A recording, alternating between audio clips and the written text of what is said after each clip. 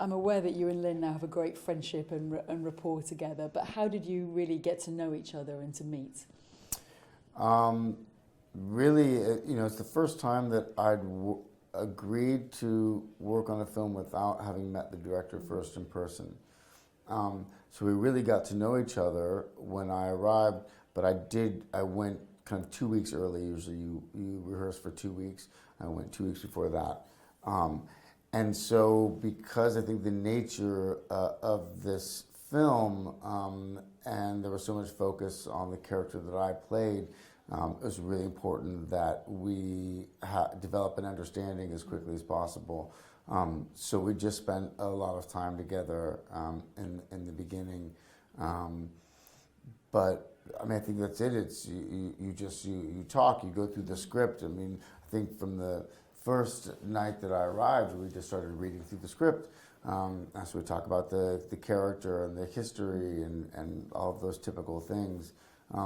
But she is curious and really hardworking. And I think from the beginning, we knew that we wanted to find something that wasn't yet on the page. And so that required that all of us involved, and I need to acknowledge the producers and Jim Wilson and everyone, really kind of was tireless in trying to uncover what it was that we were trying to say. Mm. Is it true that when you and Lynn had your first conversation on the phone, you didn't quite understand what she was saying? That is true. Yeah, but I never had that problem in person, and so I thought when I was going to work with her, I said this might be difficult. And then, of course, when I met her, I understood her perfectly. But I think it might not have just been her accent; it could have been the connection. She was like in Greece and the time difference, and so I'm not quite sure. But yeah, I did have trouble understanding her initially. Okay. Yeah. To continue, Lynn said that she felt the moment that you guys really got to know each other was when she waded into a pool with you when you were on the first day of filming. Is that right? She did do that, and she would do that. She did that a lot. I thought it was really impressive. Like, she wanted to oftentimes have the experience of the character to really understand what I was experiencing. Sometimes you have the issue as an actor with maybe the blocking or dialogue or what prop you're using. So inevitably there were times where I would struggle with the moments that this doesn't feel right to me. It doesn't make sense that I'm coming in like this. I don't feel like that's right. And she would come over and she would take the hammer or take the gun or get into the pool with me or whatever it was to feel what it was like that I was feeling, to try to help me solve the problem that way, which I thought was a really unique approach. I'd never experienced anything quite like that, but it kind of shows her dedication to understanding the character, that she's not just a director who sits on the outside and films it objectively, but she wants to have this subjective experience also. The film's about Joe, a hitman, and I thought it was summarised very nicely by someone who just said it's more about the man than the actual hits, and was this something that what you liked about playing Joe? Well, he's not really a hitman. He goes in and he does what they call extractions. And so he's really going in to remove the children from the situation, right? So his job he's not going in to kill people. He's just trying to save the kids. So someone else said that a hitman. I thought, oh no, he's not a hitman. But nevertheless, the fact that you get to understand so much of where he's come from and what's formed the man, that's quite nice in a genre film like this, isn't it? Lynn's gone really deep in creating this character. Yes. Yeah, it was obviously key. He's rescuing these kids not because it's a job or because he gets paid or he enjoys doing it, right? But it's because he was traumatized and affected and informed by his past, right? He felt so impotent when he was young that he couldn't protect his mother, he couldn't protect himself. And so now he's kind of channeled that into this work that he does, in which he goes in and rescues these kids. Joe's one tender relationship when we first meet him is with his mum, and there's a brilliant performance in there. Can you just describe?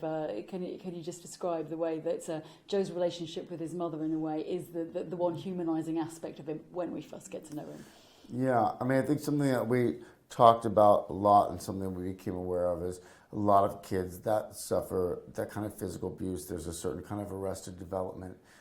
And there was something that was almost childlike about Joe. And so we really wanted to see that in his relationship with his mother.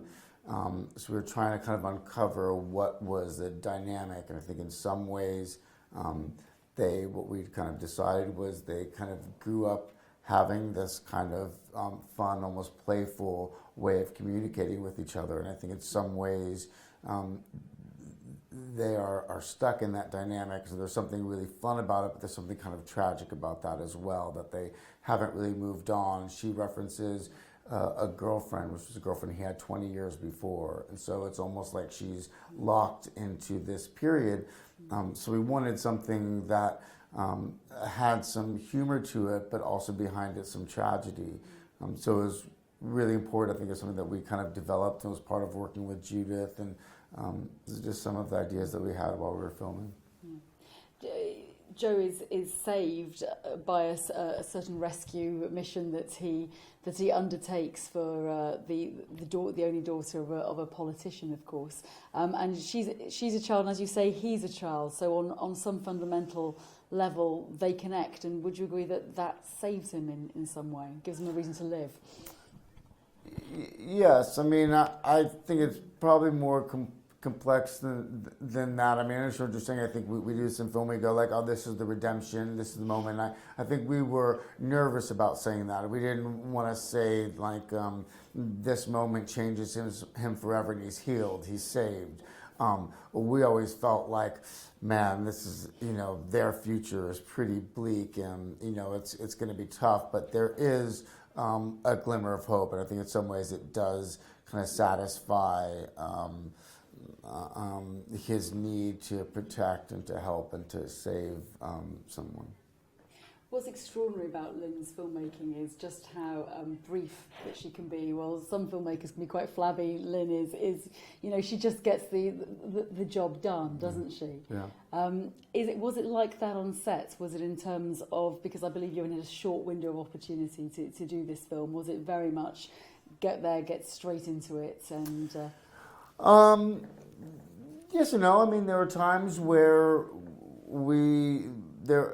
it was a very brief schedule, but we still had time to kind of discover things, right? It wasn't like we're shooting this and that's it. We would go in and we would try a scene and we would try to envision doing it a different way.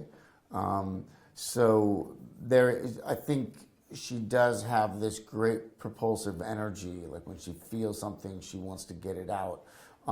But there is a discovery process that I think we had, but as soon as we would kind of lock on it, it would happen very quickly. There's also a wonderful moment of humour in the film, really unintentional, that I personally loved, which is a bit of gallows humour as a man's dying to Charlene's "I've never been to me." Yeah. I mean, that again, there's a lot of light in this movie. There are moments of humour in it as well, aren't there? Yeah, absolutely. I think it's something that we wanted. We didn't want it to just be morose, even though it's a very difficult subject matter. I think people that live through abuse like that, they find humor in these unexpected ways. And I think that's something that we kind of wanted to focus on. And she had that idea for that song. And I mean, honestly, I wasn't really sure if it would work, but the great thing about Lynn is she will have several ideas, and so that scene could have been edited and played out a number of different ways, and ultimately that's the one that she felt worked best. I never like really asking actors about physical transformations and concentrating on the physical, but Joe is a big guy for this, and was that reason to put on weight in terms of the character's self-protection? Yeah. Yeah, I mean, I think that's the obvious thing, right? So I think it's a common thing when you're abused young to feel vulnerable and to try to counteract that as you get older by becoming strong. And so it seemed very early on, it was the first decision that I made is that he needs to really be as muscular as he can be. But we also wanted him to seem tired and broken and middle-aged. And so we wanted him to be kind of that we can imagine that years prior it was hardened, but it's become almost soft at this point. Finishing up, what do you think that you've taken away from this experience of working with Lynn on the film? I mean, you've taken away a great friendship by the looks of it, but anything else?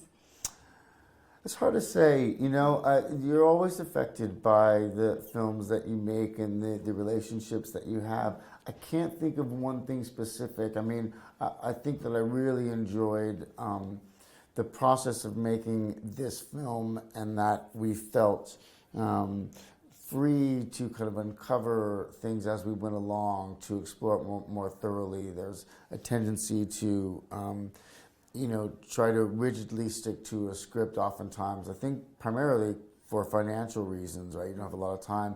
But Lynn was so bold in her willingness to try things and explore it as we were shooting. And I think that that's something that really sticks with me. She also said that she'd met Casey Affleck through you now, and she'd really love to work with you or both of you again. Would that be something that you consider? Oh, sure. Thank you so much. Thank you. Yeah, it's really nice to meet you. Thank you so much for your time.